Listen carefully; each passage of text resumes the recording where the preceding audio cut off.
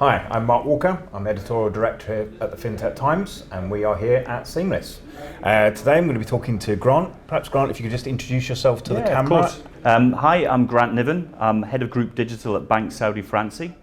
I'm accountable for the digital strategy for BSF, as we're also known, and the execution of that. So we're leading lots of interesting digital ventures into the financial services space in the kingdom. Fantastic. So, one of the most interesting things, in my opinion, that's going on in the kingdom at the moment is the adoption of open banking. Obviously, coming from a European understanding of open banking and what's been done in the US, what does open banking mean to you, and specifically maybe in your role? Okay, so the first thing, I've been asked by the bank to define the approach for open banking. Coming from the UK, very familiar with what's happened as part of PSD2. And since 2019, we've obviously had a lot of countries like the UK embrace it. And for me, ultimately, it's about putting new innovation into the market in the financial services sector, allowing collaboration between consumers, banks, around the services they can get, empowering people around their data. So I think the key premise of open banking is about putting control for people, their banking information with their consent can be released to other trusted third parties. Typically, it's around payments and allowing payment initiation. But what that does from a bigger perspective is it opens up the doors of banks who traditionally controlled that information, did not release it to any of the third parties. Big secure walls around the bank, physically in the branch days, but now in the digital world, are being opened up. So as consumers, we can start making decisions around where our information goes, which is quite a fundamental change in terms of the financial services industry. Absolutely. Yeah. So as you sort of mentioned, coming from the UK, knowing what the UK has done or has not done with open banking, how do you think the strategy differs in the kingdom? Yeah, well, I think first of all, there's been 4+ years of learning. So Saudi Arabia, like a lot of other countries now, have been doing their assessment in terms of what's the best program to roll open banking out and get the benefits quicker. I think there's a lot of challenges in the market around open banking's been too slow. There's been mixed views around is a regulator-led initiative versus a market-led initiative. We can maybe come to that in a bit more detail. What's more successful and what drives more adoption? So I think what Saudi have done is they've looked predominantly at the European market as well as some other markets like Asia and the US, which is market-led. And they've made the decision to mandate this from a central bank perspective. So they're defining standards around APIs as well as regulation and policy for all the banks and the ecosystem of trusted third parties like fintechs who'd be onboarded to follow a certain path. They've created some very aggressive deadlines in terms of rolling it out. And it started in 2020. Was the initial kind of design and syndication phase, and this year's the implementation of that. So especially for public data and account information being shared. I think the other difference with Saudi is they've mandated this across the industry. So it's not just retail banking. They've mandated this that it will also apply to corporate SME banking, and they've put quite a clear directive out in terms of building the ecosystem of third-party providers that will be onboarded, that will be trusted for the banks and consumers ultimately to see working together. So there's a big pipeline of fintechs who have already been onboarded into a sandbox environment and are going through their certification. So a lot of momentum behind it, very much controlled by the regulator. And all the banks have been engaged in the process. So myself and our team at Banque Fransi were involved in 2020 in terms of some of the initial planning of the program. So we've all had a voice in terms of what we believe would be successful for Saudi Arabia. So it's definitely getting a lot of focus. It's really interesting, as you say, there's that advantage of not of being a second person mover or learning from other people's experience. It always boggled my brain, for want of a better word, when the UK government got all 9 of the key high street banks together to fund and to pay for this open banking implementation entity. And it kind of did feel perhaps that wasn't the right way of doing it. But again, we didn't know at the time. So obviously taking some of them lessons on from it as well. I think it's kind of interesting, as you say, about actually, taking it from a regulatory point of view and then involving all the players. And I guess that's an advantage that Saudi Arabia have, in that they can bring everyone together and they can actually ask them what they all want. And that, as you say, and it's a tight-knit community, so to speak. There's only so many banks. There are only so many fintechs. That's an emerging region for fintech. But I think the other thing as well is there's been some challenges in other geographies around standards for APIs, for example. And this hopefully will allow some of the maybe inefficiency that's happened elsewhere, that's maybe market-led open banking countries who are pushing ahead, where how do people actually create a standard around APIs that is going to be interoperable between all the banks and all the fintechs? That sort of stuff's getting handled up front by the program that's in Saudi. So I hope will lead to the success that we all look for in terms of getting it adopted. Absolutely. So let's thinking about sort of adoption and use cases a little bit now. Obviously, again, in Europe, a big thing was made about, people don't know what open banking is. And then people were saying, well, why do people need to know what open banking is? Surely they just need to know the new use cases. Yeah. And open banking is just the way that it facilitates. What do you see as like the key sort of use cases in the particular region for open banking? So look, I think there's a perception that the likes of the Middle East, Saudi Arabia is just awash with money. But there's a huge population across the GCC, and in particular Saudi, who actually struggle month to month with making their financial income meet all their outgoings. So what we've seen across the world is personal financial management, PFM tools, giving people more exposure to all their financial goings on with different banks.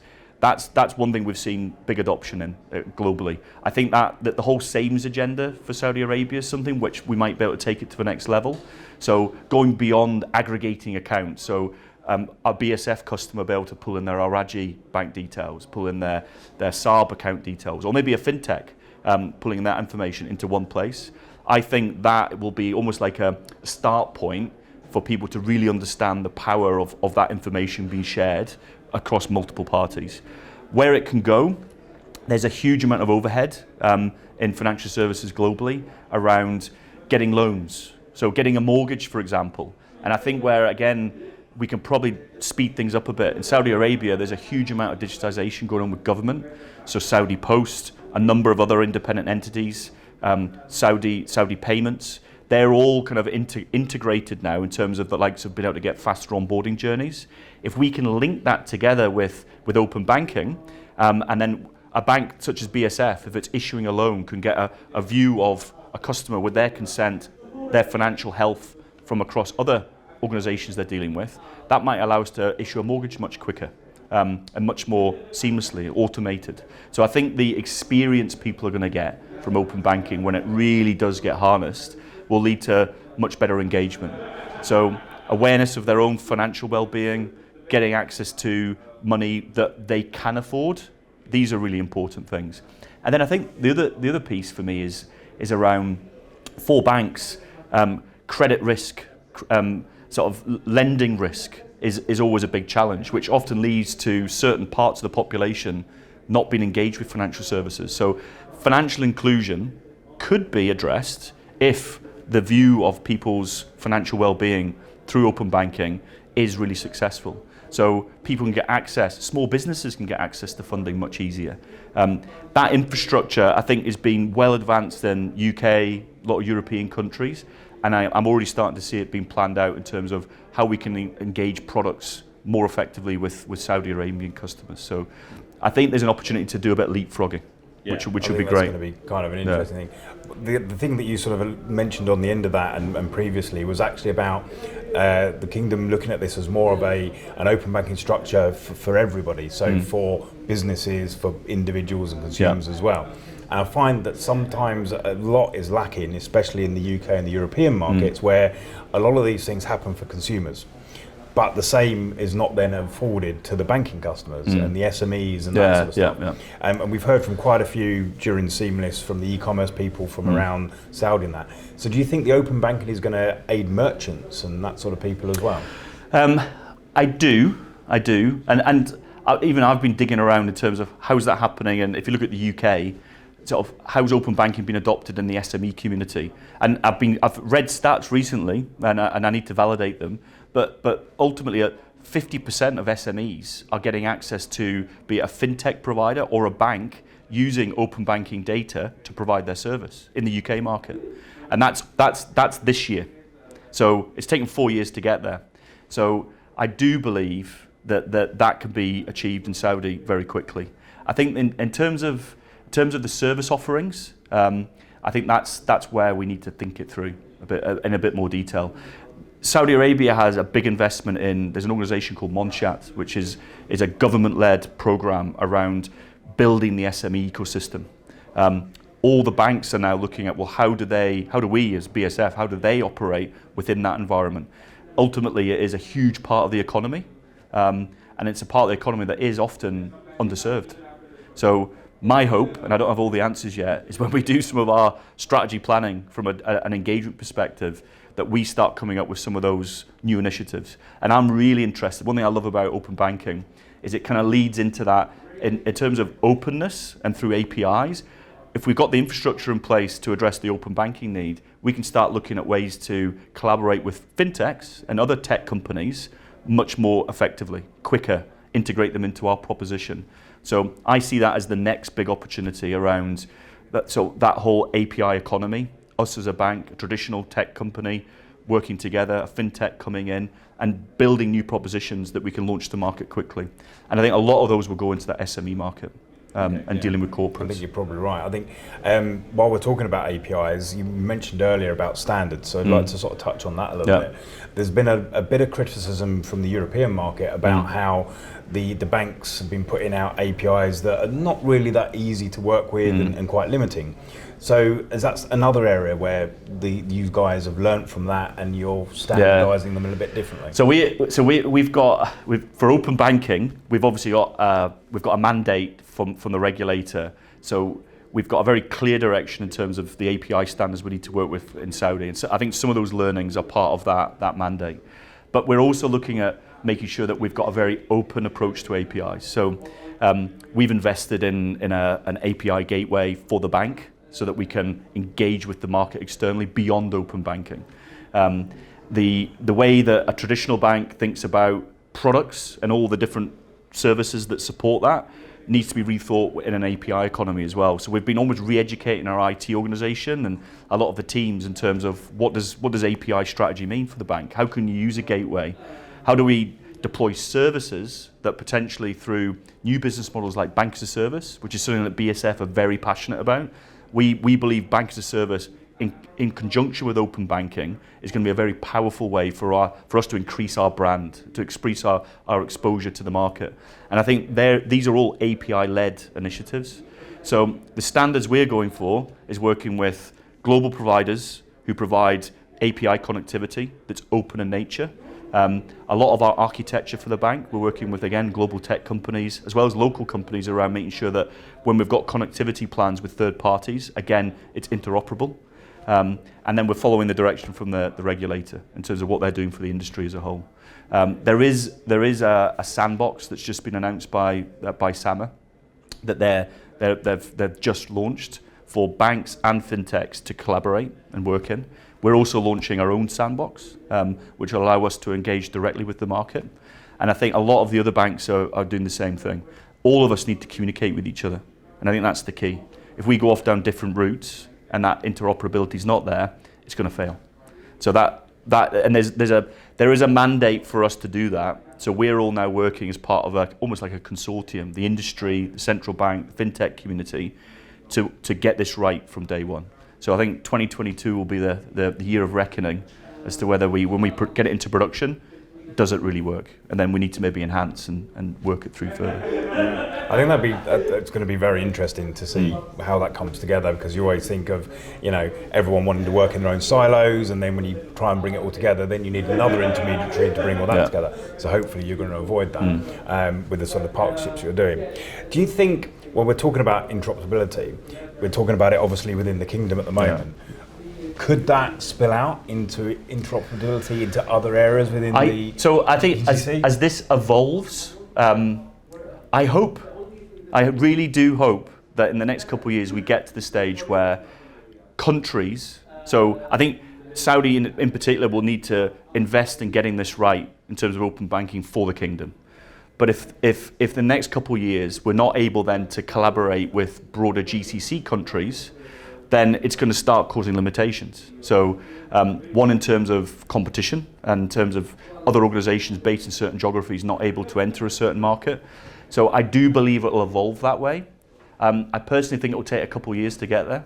I know obviously in Europe there's more of a drive to get collaboration across all the Euro countries who are kind of following PSD2. I don't think it's happened yet either. And they're 4 years in advance. So it will happen eventually, but it's going to take a bit of time. I think it's one of those really interesting things where it's clear that technology could enable everything to happen, but there are other things in play when you want to try and join things together within the European Union, within even North America with the multiple states, and there's no difference here. It's all kind of the same issue of interoperability and joining places together. Different regulators as well, all with different mandates and different kind of views in terms of the approach they take. And until all that gets brought together, that is going to hold things up a bit. Yeah. So there is always a want for a utopian world where everything works together and is all together. But yeah, I think it's a bit of a way away. There's obviously, we've talked a lot about where things are going and what's going, so I would normally sort of finish the interview with what's going to happen in the future. But I think we've kind of quite nicely dovetailed that into the conversation as well. So I guess a little bit of a question really on sort of the bank sort of side of things and the growth of where do you think the kingdom is going to go and what's going to be the dynamics within the region when it comes to banking services? Okay. So I've been now working in the Middle East region for 10 years now, and I've seen such huge advances not in digital banking, so be that from challenger banks, neobanks, so BSF for example was launching a digital only bank under a different brand this year. So that's already happening, and that's happened across the world where people have put COVID aside, which has accelerated it. People want to engage with their financial services partner via their mobile phone. Via their sitting at home on their iPad versus typically going to a branch. Saudi Arabia was a bit behind in terms of some of the regulation that meant that you had to go to a physical branch to get your wet signature and open an account, etc. But they're advancing fast in terms of getting the right policies in place that's now been addressed. So digital banking is here and now. So it's going to keep on pushing down that way. But I genuinely believe through models like Bank as a Service, through open banking, but also, and less so in Saudi just now because of regulation, but decentralized finance for me is where this is going to get really interesting because you've got two schools of thought globally now. Majority of people are aware of traditional finance, and so the unbanked don't have access to any banking and are maybe using some financial services through likes of M-Pesa in Africa and other kind of technologies like that.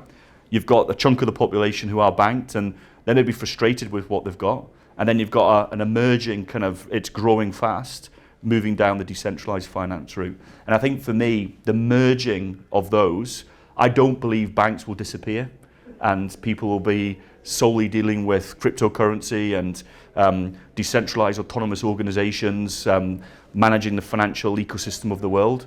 There is a role for regulated financial services, and I believe it's about how do they come together. So for me, this part of the world, there's a lot of really exciting stuff happening. UAE in particular, Bahrain. Saudi Arabia is very actively just now looking at, okay, from a regulatory perspective, we don't like crypto. We feel it's unregulated and it could cause issues for the population. But they acknowledge that digital assets, blockchain-enabled technology, central bank digital currencies, these are all going to be things that ultimately can provide a lot more efficiency and maybe better customer experience and more variety, introduce more competition. So I actually believe, fast forward 5 to 10 years, we're going to see some of that kind of merging together. So traditional banks embarking on how do they partner, some of the fintechs, how do they partner and develop propositions that leverage some of that new kind of way of working, decentralized versus centralized. The fintech ecosystem is going to keep on growing. And I love what I see out there in terms of great customer-focused propositions. And that's where the banks really need to step up. So through partnerships we can address, but we need to rethink how do we engage with customers. So part of what I also see a big shift change in is building the talent that's needed to look at customer first propositions that are digital in nature, and move away from some of the traditional services that we've done. And that's going to be the other big push. And getting access to that talent is going to be the big battle, because everyone wants it. Really interesting. So not extinction of banks, evolution of banks. Indeed. Thank you so much for spending the time with us today. It's been a pleasure talking to you for Seamless TV, powered by the FinTech Times. Thank you. It's a pleasure. Thank you.